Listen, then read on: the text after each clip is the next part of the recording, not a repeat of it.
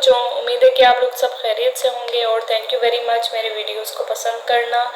और अक्सर बच्चों का ये कमेंट में है कि मैम आप फुल चैप्टर कब करवाएंगी, तो 9 क्लासेस लेती हूँ मेरे चैनल पे जाके, वहाँ मैंने पोस्टर लगाया हुआ है, वहाँ मेरे कॉन्टेक्ट नंबर वगैरह और वहाँ फुल इन्फॉर्मेशन है, तो वहाँ जाके आप लोग इसके बारे में इन्फॉर्मेशन ले सकते हैं। ठीक है, तो आज हम चैप्टर नंबर 6 का पार्ट 2 करेंगे।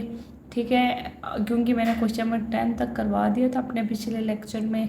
अब इंशाल्लाह आज हम क्वेश्चन नंबर 11 से आगे कंटिन्यू करेंगे। ठीक है, तो सबसे पहले हमारा क्वेश्चन नंबर 11 के मुताबिक ये हमारा इंडिगो है, इसको ब्लू जीन्स को डाई करने के लिए इस्तेमाल करते हैं। ठीक है, तो हमने इसका मोलर मास कैलकुलेट करना है और इसका एम्पिरिकल फार्मूला। सबसे पहले हम लोग इसका मोलर मास कैलकुलेट करते हैं, इधर नीचे कर लेते हैं। ठीक है,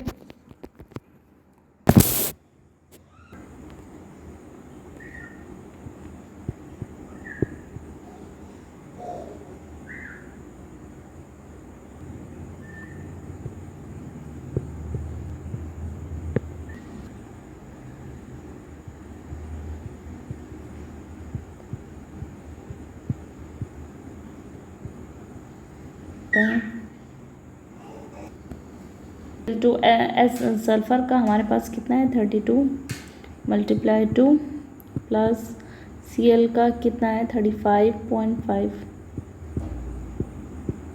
मल्टीप्लाई बाय 2। तो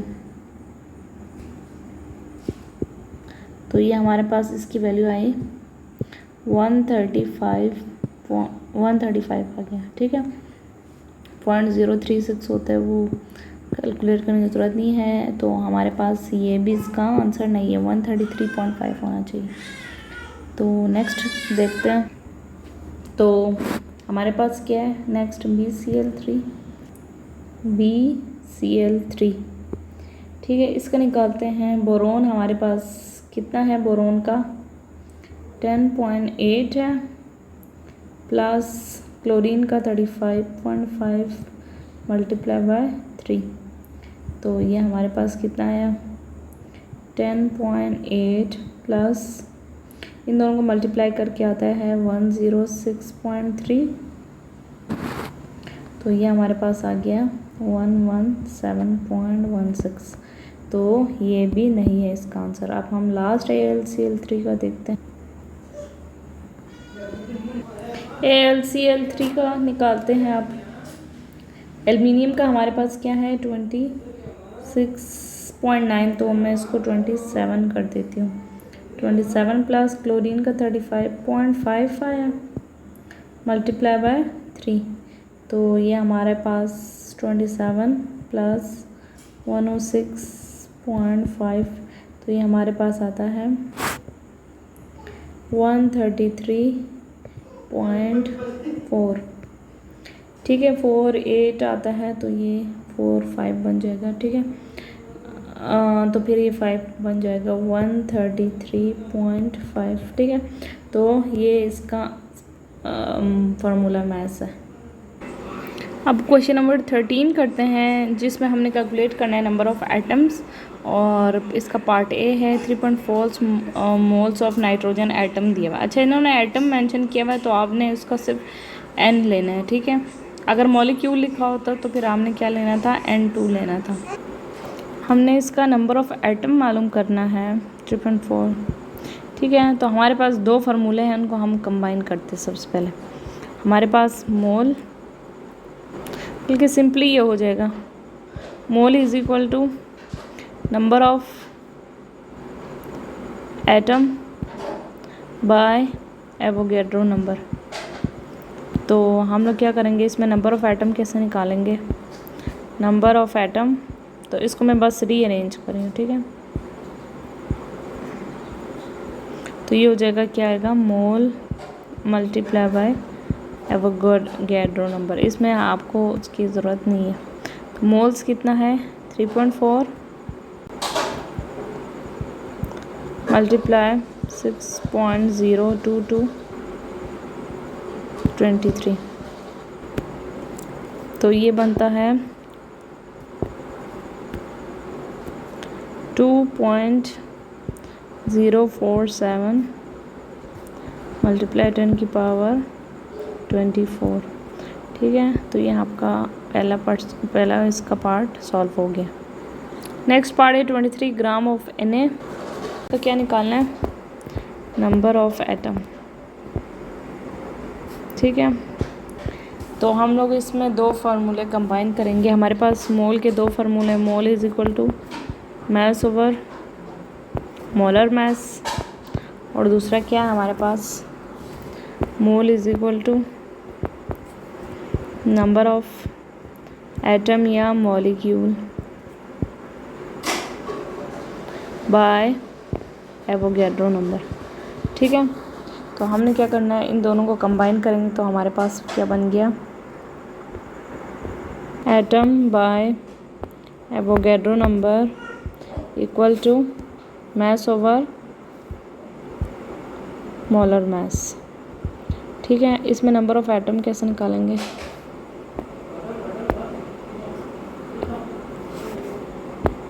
number of atom is equal to mass over molar mass multiply by Avogadro number. ठीक है, तो हम लोग, तो ये कितना आया इसका वैल्यू, मास की वैल्यू कितनी है 23, मास इतना ही था ना 23 क्वेश्चन के मुताबिक, और Na क्या है, सोडियम, सोडियम का कितना होता है 23 मल्टीप्लाई बाय 6.022 मल्टीप्लाई 10 की पावर 23, तो इसकी वैल्यू कितनी आ जाएगी, ये 1 हो जाएगी, 1 मल्टीप्लाई 6.02 मल्टीप्लाई 10 की पावर 23, तो ये हो गया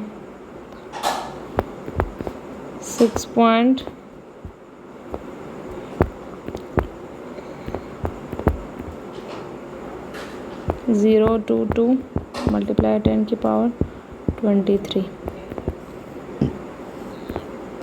नेक्स्ट है हमारा 5 ग्राम ऑफ एच एटम। इसमें भी दोबारा वही फार्मूला लगेगा जो ऊपर मैंने बता दिया कैसे फार्मूला आ गया। ठीक है, number of atom is equal to mass over molar mass multiply by Avogadro number. ठीक है, एन और ए दोनों कैपिटल होगा वरना ये सोडियम बन जाएगा। ठीक है, डिफ्रेंशिएट कर, मास हमारा कितना है 5 ग्राम, और क्या है ये हमारे पास एच एटम है, हाइड्रोजन एटम है, मॉलिक्यूल नहीं है, मॉलिक्यूल हो तो H2 हो तो 2 बन जाता है, लेकिन ये हाइड्रोजन है, इसका क्या होगा 1 ही होगा, मल्टीप्लाई 6.022 मल्टीप्लाई 10 की पावर 23। इनको मल्टीप्लाई करेंगे क्योंकि 1 से तो वही दोबारा एक ही बात है, तो 5 से मल्टीप्लाई करके जो आंसर होगा वही इसका आंसर होगा, तो ये आएगा 3.011 मल्टीप्लाई 10 की power 24।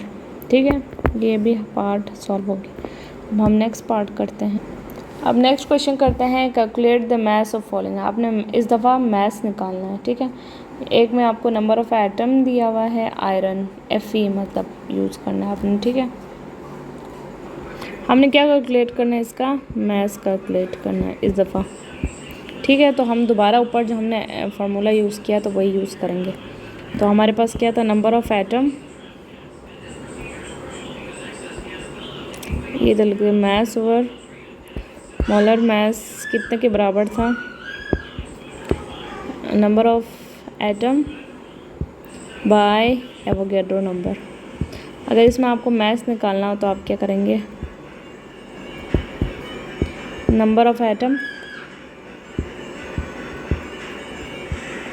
Atom by Avogadro number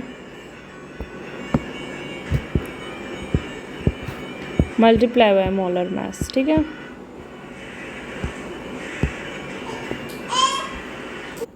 तो ये क्या आएगा, उसकी value number of item 3.24 multiply 10 की पावर 18, और इसका एवोगैड्रो नंबर क्या है 6.022 मल्टीप्लाई 10 की पावर 24, और मोलर मास मल्टीप्लाई करेंगे वैसे तो 55.8 होती है, लेकिन मैं इसको राउंड ऑफ करके 56 लिख देती हूँ, ठीक है। तो इसको कैलकुलेट करके इसका आंसर आएगा 3.012 मल्टीप्लाई 10 की पावर 42। तो ये इसका आंसर आ गया। इसको कैलकुलेट करके इसका आंसर आ जाएगा। अब इसका नेक्स्ट पार्ट करते हैं। 2 मल्टीप्लाई 10 की power 10 molecule of nitrogen gas. Nitrogen gas तो एक तो मॉलिक्यूल है, तो हम लोग इसको नाइट्रोजन गैस है, तो ये N2 के फॉर्म में होगा। हमने मास निकालना है, वही दोबारा फार्मूला ऊपर जो हमने यूज़ किया है। हमने किया number of atom by Avogadro, number of atom by Avogadro number multiply by molar mass. तो नंबर ऑफ एटम हमारे सॉरी इधर एटम नहीं मॉलिक्यूल होगा।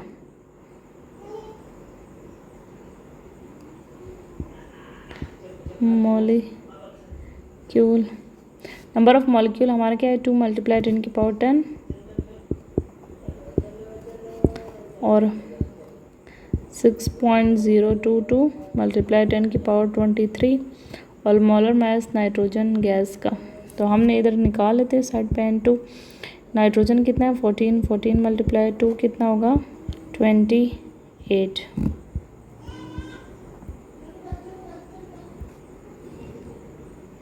तो ये कितना आएगा इधर 28। तो इसका आंसर आता है 9.299 ये 9 है। अच्छा मल्टीप्लाई 10 की पावर 63, ठीक है। तो ये आपका इसका आंसर आ गया, ठीक है। हम इसका नेक्स्ट पार्ट करते हैं। तो पार्ट 3 में क्या करना है 1 मल्टीप्लाई 10 की पावर 25 मॉलिक्यूल्स ऑफ वाटर का अब हम निकालते हैं। इसका भी क्या होगा, हम लोग दोबारा वही फार्मूला यूज़ करेंगे। तो इसमें क्या है mass is equal to number of molecule, या एटम या मॉलिक्यूल कोई भी हो सकता है, ठीक है। फार्मूले में दोनों use bye Avogadro number multiply molar मास। तो नंबर ऑफ मॉलिक्यूल हमारा क्या है 1 मल्टीप्लाई 10 की पावर 25 और ये कितना है 6.022 मल्टीप्लाई 10 की पावर 23 मल्टीप्लाई मोलर मास क्या है वाटर का। वाटर क्या होता है H2O। तो फिर क्या 1 मल्टीप्लाई 2 प्लस ऑक्सीजन का कितना होगा 16। तो ये हो जाएगा 2 + 16 18। तो यहाँ हमारा 18 आएगा। तो इसको कैलकुलेट करके हमारा आंसर आता है 2.98 3 भी हो सकता है, ठीक है। मल्टीप्लाई 10 की पावर 48, ठीक है। तो ये हमारा आंसर आ गया। अब हम इसका नेक्स्ट पार्ट करते हैं। लास्ट पार्ट के मुताबिक क्या है 3 मल्टीप्लाई 10 की पावर 6 एटम ऑफ एल्युमिनियम का निकालना है हमने। इसमें भी दोबारा हम लोग वही फार्मूला लगाएंगे। Mass is equal to number of atom by Avogadro number multiply molar mass. Number of atom हमारे क्या है 3 मल्टीप्लाई 10 की पावर 6 और नीचे मोलर एवोगैड्रो नंबर 6.0 मल्टीप्लाई 10 की power 23 multiply by molar mass 27।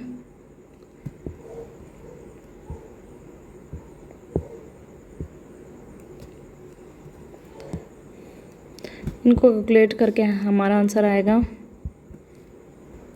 तो ये आता है 1.345 मल्टीप्लाई 10 की पावर 30, ठीक है। आई होप ये भी समझ आ गई। अब हम नेक्स्ट क्वेश्चन की तरफ बढ़ते हैं। तो अब क्वेश्चन नंबर 15 करते हैं। इसमें हमने क्या बैलेंस करना है।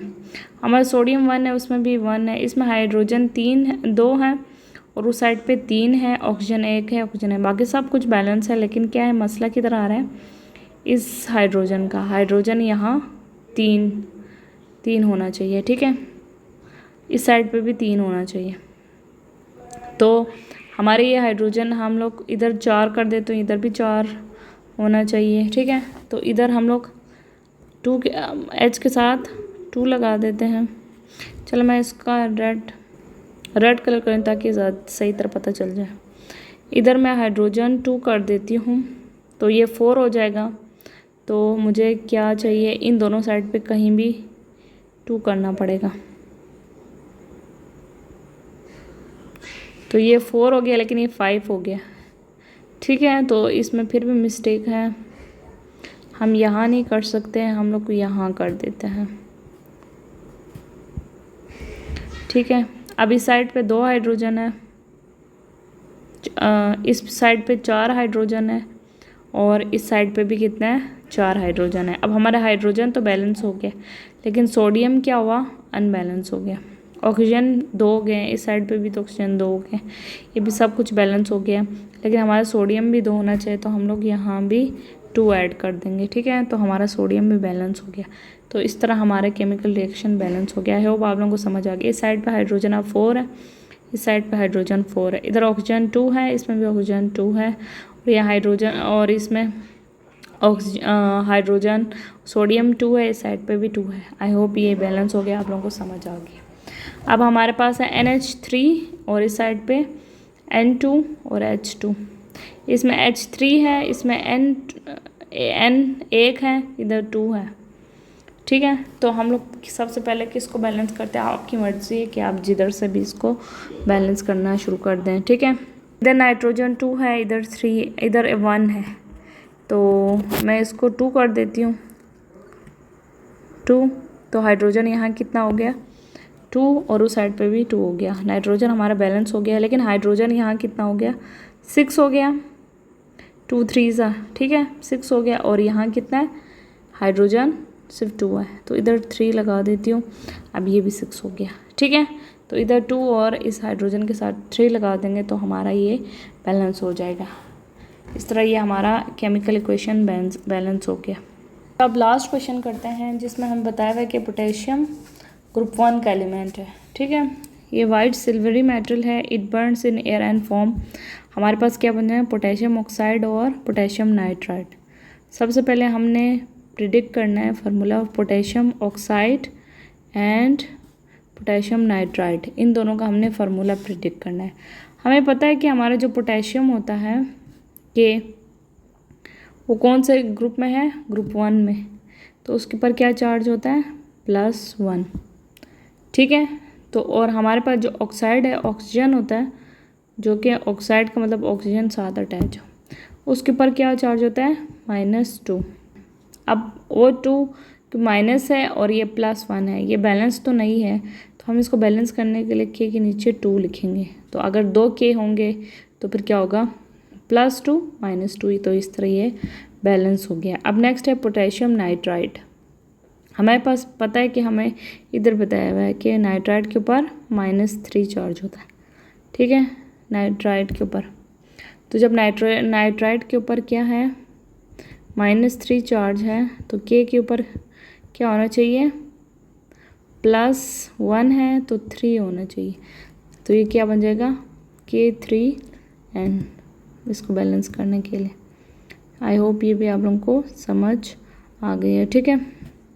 तो ये हमारा K3 बन गया, ये वाला K2O और K3 है, तो K3N, तो ये हमारा फार्मूला प्रिडिक्ट हो गया। अब हम नेक्स्ट इसका क्या करेंगे, इस इक्वेशन को 0.5 ग्राम सैंपल के को हम लोग पानी में added to 100 centimetre cube of water. तो फिर हमने क्या करना है, शो डैट 2.28 × 10⁻² मोल्स के वेर एडेड टू वाटर, ठीक है। तो हमने ये शो करना है। नेक्स्ट वही पार्ट हम लोग अभी कर लेते हैं, नीचे सॉल्व। हमारे ये नीचे आंसर दिया हुआ है, इधर थोड़ा मिट गया, ये 1.28 है, ठीक है, 1.28 × 10⁻²। तो हमने ये शो करना है कि ये हमारा आंसर दिया हुआ है और हमने इसको निकालना है। हमारे पास इसमें मैथ्स दिया हुआ है, मैथ्स कितना दिया हुआ है, 0.5 ग्राम।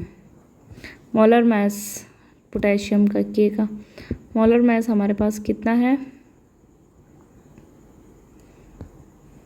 39 39.1 कर देते हैं, ठीक है। अब हम क्या करेंगे, इसका फार्मूले में इसको पुट कर देंगे तो हम लोग मोल निकालेंगे इसमें। तो हमारे पास क्या आएगा,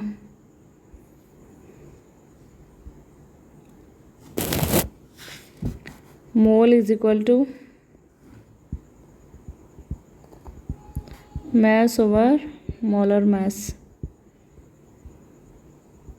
मैस हमारा कितना है 0.5 ग्राम और मोलर मैस हमारे पास क्या है 39.1। इन दोनों को डिवाइड करेंगे तो हमारा आंसर आ जाएगा 1.28 मल्टीप्लाई 10⁻⁻2 मोल, ठीक है। ये वही आंसर है जो इधर लिखा हुआ है, ठीक है।